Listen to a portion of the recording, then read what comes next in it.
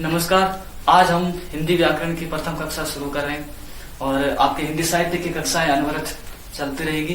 लेकिन आज हिंदी व्याकरण का अगला टॉपिक है वर्ण विचार से शुरू कर रहे हैं और इस बिंदु को अलग अलग तरह से समझते हैं। तो हम ये कह सकते हैं, पहला बिंदु कहते हैं कि ध्वनि क्या होती है। भाषा का मौखिक व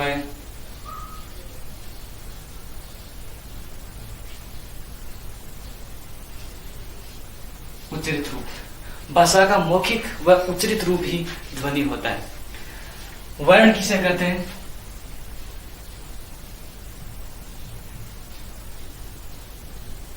ध्वनि का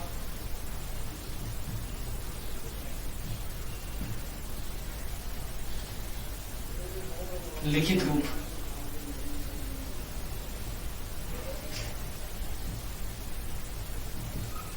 वर्ण होता है। यानी वर्ण किसे कहेंगे? ध्वनि का लिखित रूप ही वर्ण कहलाता है। जैसे मैंने बोल दिया वर्ण विचार, ये बोला है तब तक तो ये ध्वनि है। जैसे मैंने इसको लिख दिया यहाँ पे वर्ण विचार, तो ये लिखा हुआ रूप क्या कहलाएगा? वर्ण कहलाएगा। जैसे आपको कहीं पंखे की आवाज सुनाई देती है, गाड़ी के हॉर्न की आवाज सुनाई देती है, तो ये जो आवाज सुनाई दे रही है ये मात्र एक ध्वनि है। लेकिन इन्हीं को अगर लिख दिया जाए तो वो क्या कहलाते हैं? फिर वर्ण कहलाते हैं। फिर आते हैं आपके अक्षर। अक्षर किसे कहते हैं? तो अक्षर कहते हैं इनका उच्चरित रूप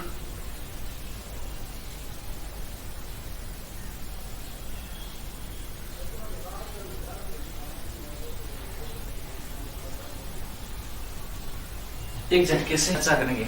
सबसे पहले हमने ध्वनि के बारे में पढ़ा, भाषा का मौखिक व उच्चरित रूप। दूसरा, ध्वनि का लिखित रूप क्या कहलाएगा? वर्ण कहलाएगा। अक्षर उच्चरित रूप एक झटके से होता है। ये एक सिर्फ समझने की दृष्टि से हमने बताया। अब हम इनकी परिभाषाओं पर चर्चा करें कि ध्वनि किसे कहते हैं। अगर हम एक परिभाषा के रूप में ध्वनि को पढ़ें या ध्वनि को समझें तो परिभाषा क्या होती है ध्वनि की? सीधी होती है एक व्याकरणिक भाषा में कि वागेंद्रियों द्वारा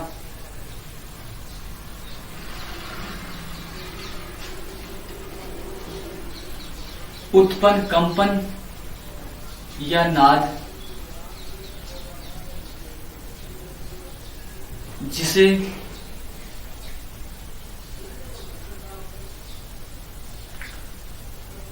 श्रवणेंद्रियां अनुभव करती है। ठीक। वागेंद्रियों, वागेंद्रिय का मतलब वाक प्लस इंद्रियों, वाणी की इंद्रियों द्वारा उत्पन्न कंपन या नाद, किसी भी तरह की आवाज, कंपन हो चाहे वो नाद हो अर्थात आवाज हो। ध्यान रखिए, नाद, नाद शब्द का अर्थ क्या होता है? नाद, नाद शब्द का अर्थ होता है आवाज। कई बार हम शुद्धि अशुद्धि में गलती कर देते हैं। जैसे कई एक नाम आता है, यहां मैं थोड़ी चर्चा करता हूं। आपको दो शब्द दे दिया जाए कि आपको पूछ लिया जाए मेघनाथ और मेघनाद, इन शब्दों में से शुद्ध शब्द कौन सा है? मेघनाथ को शुद्ध मानेंगे या मेघनाद को मानेंगे? तो फिर ज्यादातर हमारा प्रचलित रूप ये रहता है मेघनाथ। वास्तव में मेघनाथ नाम सही नहीं होता, मेघनाथ नाम गलत होता है। सही नाम होता है मेघनाद, क्योंकि मेघ का अर्थ होता है बादल, नाद यानी आवाज करने वाला, गर्जन करने वाला। बादल की तरह गर्जन करने वाला मेघनाद कहलाता था, जो रावण का पुत्र था। तो वहां हमें ध्यान रखना, नाद जो मूल शब्द है इसका अर्थ कंपन हो सकता है या किसी भी तरह की आवाज हो सकती है, गर्जना हो सकती है, वाइब्रेशन हो सकती है। तो वागेंद्रियों द्वारा, वाणी की इंद्रियों द्वारा उत्पन्न कंपन या नाद या किसी भी तरह की आवाज जिसको श्रवणेंद्रियां, श्रवणेंद्रियां का मतलब हमारे कान अनुभव करती है, उनको क्या कहते हैं? हम ध्वनि कहते हैं। ये एक परिभाषा के रूप में समझने वाली बात यह है कि भाषा का मौखिक और उच्चरित रूप सिर्फ और सिर्फ भाषा का उच्चरित और मौखिक रूप अर्थात लिखित रूप ध्वनि नहीं होती है। वर्ण किसे कहेंगे? ध्वनि का जो उच्चरित रूप आया है, ध्वनि का जो मौखिक रूप ध्वनि का आया है, उसका लिखित रूप जिसको हमने लिख दिया है वो क्या कहलाएगा? वर्ण। ये समझने वाली बात रहेगी। लेकिन परिभाषा यहाँ क्या होगी ध्वनि की? भाषा की वह छोटी से छोटी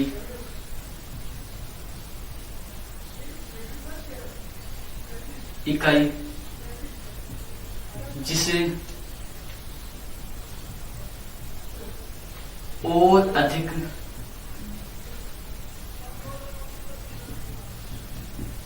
विभाजित नहीं किया जा सकता, नहीं किया जा सकता, उसको कहते हैं भाषा की वह छोटी से छोटी इकाई जिसको और अधिक विभाजित नहीं किया जा सकता, वो कहलाती है आपके वर्ण। लेकिन यहाँ एक परिभाषा मात्र है। इसके बाद में जब हम अक्षर की परिभाषा देखते हैं तो अक्षर की जो परिभाषा होती है वो होती है जिनमें और अधिक कमी शरण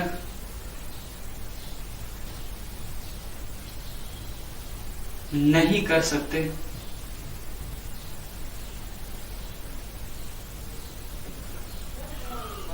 अक्षर होते हैं या अक्षर कहलाते हैं। अब देखो इन दोनों की परिभाषाओं को देखो। भाषा की वह छोटी से छोटी इकाई जिसका और अधिक विभाजित नहीं किया जा सकता, जिसका और अधिक विभाजन नहीं किया जा सकता, या जिनमें और अधिक कमी शरण नहीं कर सकते, वो अक्षर होते हैं। तो फिर इन दोनों में अंतर क्या होता है? इन दोनों में बहुत ही सूक्ष्म अंतर होता है। वैसे अंतर बहुत बड़ा होता है लेकिन समझने की दृष्टि से बहुत, क्योंकि इनकी जब हम परिभाषाएं पढ़ते हैं तो फिर इनमें अंतर नजर नहीं आता ज्यादा।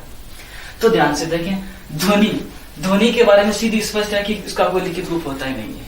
तो इन दोनों का लिखित रूप होता है, इसका लिखित रूप नहीं होता। तो अंतर फिर इन दोनों में करना है, डिफाइन इन दोनों को करना है। यानी वर्ण किसको कहेंगे? जैसे मैंने एक नाम लिख दिया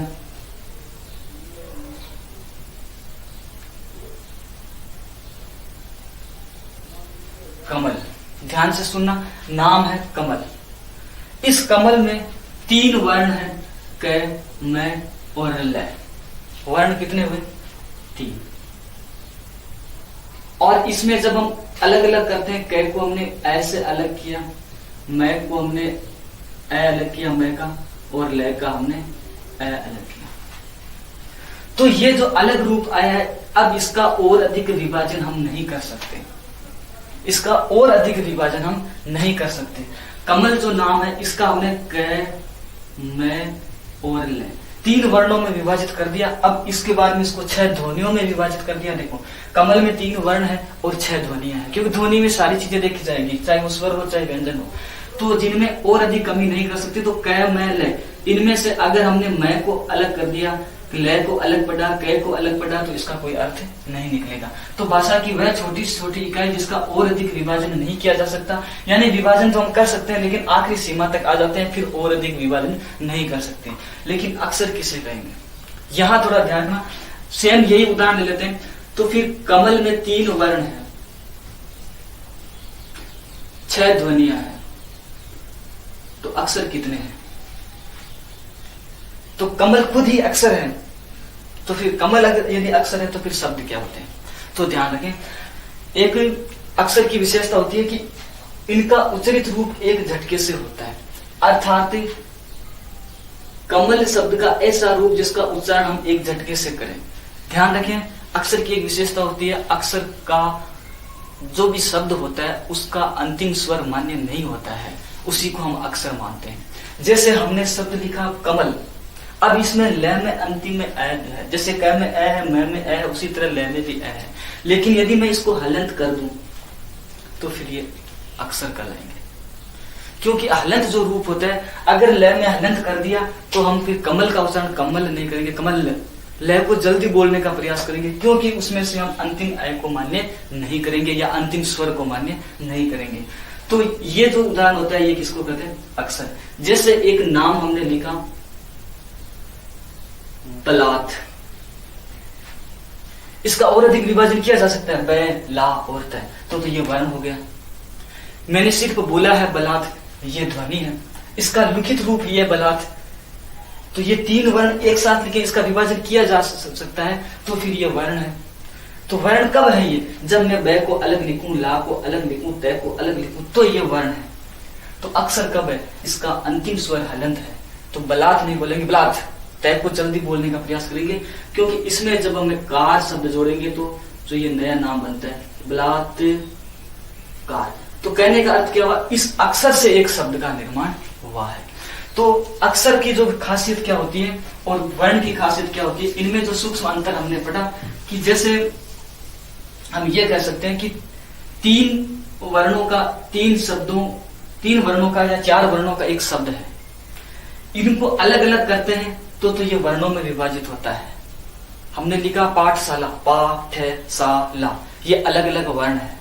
लेकिन जैसे ही मैंने कर दिया पाठ, ये अक्षर है, लेकिन कब होगा, जब मैं इसको यहाँ हलंत करूं, क्योंकि अक्षर की खासियत होती है इसका उच्चारित रूप, उसका उच्चारण जो होता है वो एक झटके से होता है। तो उसका एक झटका कब लगेगा, जब उसका अंतिम रूप, क्योंकि हिंदी में कुछ शब्द ऐसे होते हैं जिनको अंतिम हलंत से ही इसकी पहचान होती है। जैसे मैंने नाम लिख दिया हठात, या मैंने नाम लिख दिया अकस्मात, तो ये जो अकस्मात मैंने नाम लिखा है, अकस्मात ये नाम लिखते हैं, तय क्या हो गया, हलंत हो गया। तो हलंत वाले जो वर्ण होते हैं, हलंत वाले जो अक्षर होते हैं, उनको हम किस हलंत वाले जो शब्द जिसको हम मानते हैं, वो वास्तव में शब्द नहीं होते, वो क्या होते हैं, अक्षर। क्योंकि अब इनमें हम अगर कमी करें, अगर पाठ शब्द में और भी कमी करें, सिर्फ पा और ठ में और कमी करें, अलग अलग करें, तो फिर ये अक्षर नहीं रहते, ये किसकी श्रेणी में आ जाते हैं, वर्ण। तो इनकी परिभाषा को समझे, भाषा की वह छोटी से छोटी इकाई जिसका और अधिक विभाजन नहीं किया जा सकते, वो वर्ण होता है। जिनमें और अधिक कमी क्षरण कर सकते हैं, स्वरण नहीं कर सकते, वो अक्षर होते हैं। क्योंकि अक्षर में कम से कम एक अक्षर में ऐसा माना जाता है 2 या 3 स्वर होते हैं और अंतिम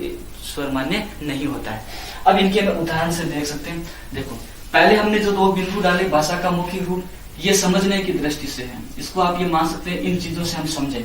भाषा का मुख्य को उचित रूप ध्वनि, इसको भी हम समझने के लिए लिखा है, कोई ऐसी परिभाषा नहीं होती। ध्वनि का लिखित रूप वर्ण होता है, इसको भी समझने की दृष्टि से लिखा। अगर आपको सीधा आप समझे, दिमाग में रखें ये बात कि अक्सर हम किसको कहेंगे, तो फिर परिभाषा से प्रदर्शित करें या प्रैक्टिकली इसको समझाएं किसी को, तो हम ये कह सकते हैं उच्चरित रूप। इनका जो उच्चरित रूप होता है, अंतिम स्वर जब हलंत करेंगे तो उसका उच्चरित उच्चारण कैसा होगा, एक झटके से होगा।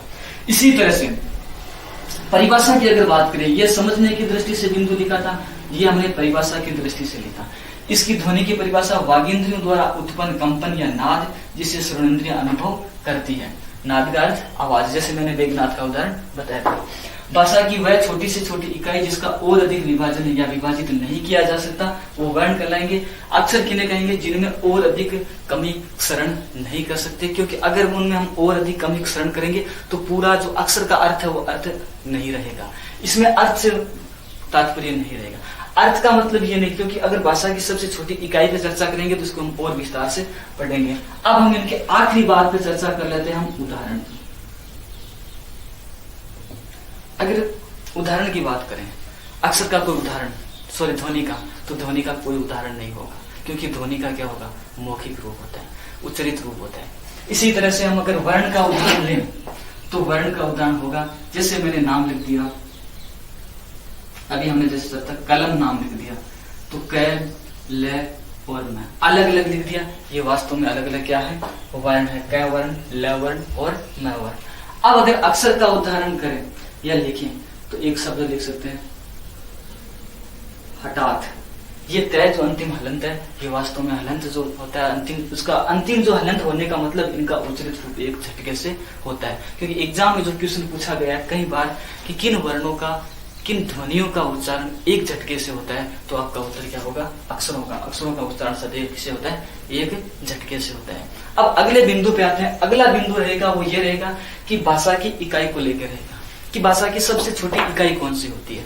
भाषा की सबसे छोटी इकाई ध्वनि होती है, भाषा की सबसे छोटी इकाई वर्ण होती है, ये भाषा की सबसे छोटी इकाई अक्षर होती है। ये आपके लिए बहुत ही महत्वपूर्ण बिंदु रहेगा। और अपने हिंदी व्याकरण में सबसे पहले शुरुआत जो होती है क्वेश्चनों की श्रृंखला की, वो इन्हीं बिंदुओं से होती है। एक बार आप इनको लिखना चाहो तो लिख सकते हैं, इसके बाद में हम चर्चा करते हैं विस्तार से भाषा की इकाई को लेकर। तो अपनी जो हिंदी व्याकरण चल रही है, ये बहुत ही गहन और बहुत ही विस्तृत रूप से चलेगी। किसी भी तरह की प्रतियोगी परीक्षा हो, इसमें आपके क्वेश्चन छूटने की आशंका नहीं रहेगी। चाहे पटवार हो, चाहे एसआई हो, चाहे आपकी रीट एग्जाम हो, जहां पर भी शुद्ध अशुद्धि के शब्द रहेंगे, हम बीच में उस पर डिस्कस करते रहेंगे। ये नहीं कि हम रटी रटाई पद्धति पे एक फिक्स परिभाषाओं से चलेंगे, इस तरह से नहीं चलेंगे, हम बड़े डिटेल से चलेंगे। अब देखिए,